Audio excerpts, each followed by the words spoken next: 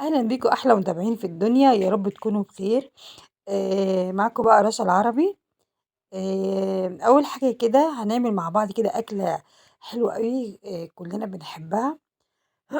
عفوًا وكل الولاد برضه بيحبوها، اللي هي البطاطس المحمرة.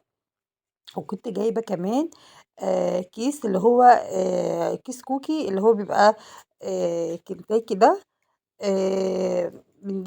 باجيب الفرخة كاملة، بيبقى كيس كده فيه فرخة كاملة مع كيس بطاطس.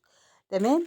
المهم بقى إيه، سِبته طبعًا يسيح من التلج شوية، وبعد كده حطيته وما تعلّيش النار عليه خالص علشان تضمني إن هو هيستوي من جوّه.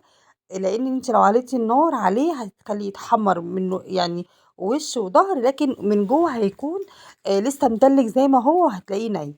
فخلّيه دايمًا واطي علشان خاطر تضمني إن اللحمة من جوّه استوت.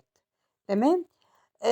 بس بقى عملت لهم بقى شوية خيار كده، وعملنا بقى الفرخة اللي أنا باقول لكم عليها، وعملنا همبرجر عشان ولادي بيحبوها، وكمان مكرونة وطماطم والكاتشب. تمام. وضبّطنا الدنيا كده. إيه رأيكم بقى؟